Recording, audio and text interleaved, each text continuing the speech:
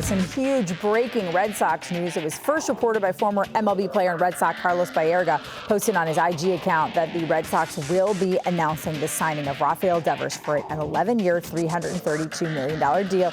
News was then confirmed by Bob Nightingale. Jeff Passan, Ken Rosenthal amended that a little bit. They took $1 million off that deal. They say the final price tag now $331 million, but hey, what's $1 million less at that point, right? Devers did not get a no-trade clause apparently in his contract. That is according to John Heyman. So lots of different reporters chiming in on this one as we deep dive this huge breaking news story in an otherwise malaise of a Red Sox offseason.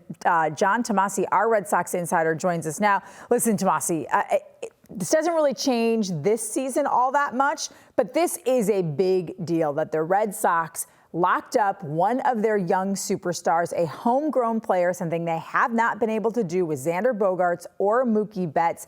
Hopefully this is a step in the right direction. What was your reaction when you heard about the deal? Yeah, Trenni, I think I had three immediate reactions. One was I didn't know that Chaim Bloom had it in him. You know, until we saw a contract like this, I was still operating on the assumption that there was a good chance that Rafael Devers was traded before the start of this season when the Red Sox realized they couldn't sign him. I wasn't convinced that Devers, given everything that's happened to Bogaerts and Christian Vasquez and some of his closer friends on the team, that he wouldn't just say, you know what, I'm going to take the Mookie path and I'm going to get to free agency. So after hammering this team all winter for doing nothing, you have to give them credit for finally stepping up here. And I don't know if it took John Henry getting booed at the Winter Classic, you know, to just give that final nudge over the finish line. It sounds like they were probably already well on their way to this deal before that anyway. But for killing them for months and months and months, at least today they stepped up in a way that they absolutely had to do if they wanted to keep their fans just from a complete mutiny. Does this salvage their offseason? Because I feel like it makes it palatable, maybe not salvageable.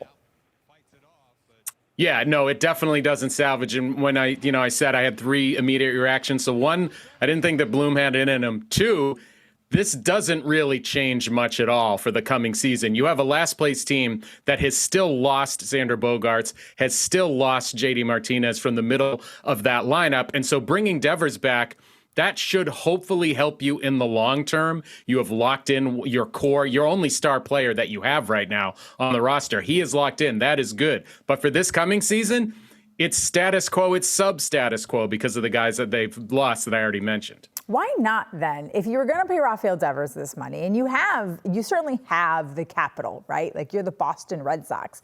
Why not sign a Xander Bogaerts? Why not push harder to sign another big-time free agent instead of coming in short for everybody? Why not try to compete right now? Yeah, so I have a feeling that maybe next offseason they will approach very differently. I think we do have to remember that Chaim Bloom is new at this in the sense of this is his first time running a team. This was his first offseason with potentially limitless money to spend. Clearly, I would hope that he learned some lessons from all of the players that they missed out on. And I wonder, given, just depending on how this season goes, they look still like a last place team. With another last place finish, will ownership say, we have to be more aggressive in free agency? At least you've taken this step with Devers and you've reminded your fans that you are capable of extending for superstar talent. There's not enough time now to address the needs that they have. Free agency is effectively over. I do hope that maybe this will be the start of a different approach, even if it has to be starting at the trade deadline or next offseason. Now, so you will look at this. Listen, everybody wanted the Red Sox to spend this money, but there's still people who are going to look at it and go, is Rafael Devers worth this? Like, I know, is any player really worth it? But like, why is he worth the Red Sox extending themselves and giving him an 11-year contract? Will take him to what, like 36 years old? Which actually now, if I'm being quite honest, if you look at some of the other players who've got these multi-decades-long deals, at least Rafael Devers will still be in his 30s when it's up. Yeah, so I don't know that I can argue, like, in a baseball sense, that this is a wise investment. I've said it, you've asked me a million times, would you pay Devers? And I always said no, I would trade him. I have concerns about the body type, about him breaking down, about where he profiles defensively. Is he ultimately, you're going to be paying $30 million a year for a DH? All of that said, this deal had to happen because of the position the Red Sox have put themselves in with their fans and with their own clubhouse, frankly.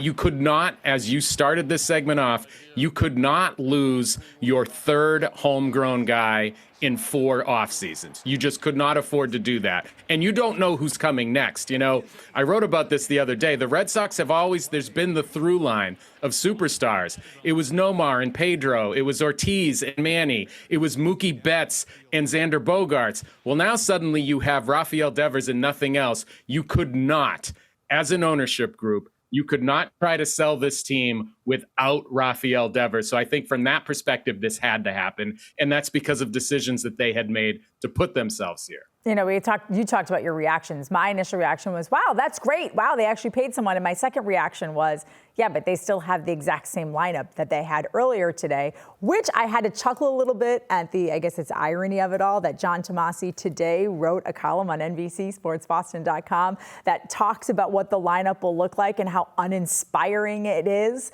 I mean, they're in the recent power rankings for MLB or MLB.com, the Red Sox are 23rd out of 30 teams. So this signing doesn't change anything. But I want to try and put a positive spin on it because I feel like we've sort of been negative about something that's actually good news for the Red Sox.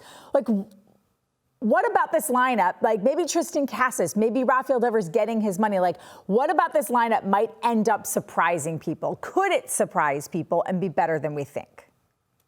Yeah, I mean, obviously a lot is going to have to go right, more than you would want to bet on if you were a Giles type who's into that kind of thing.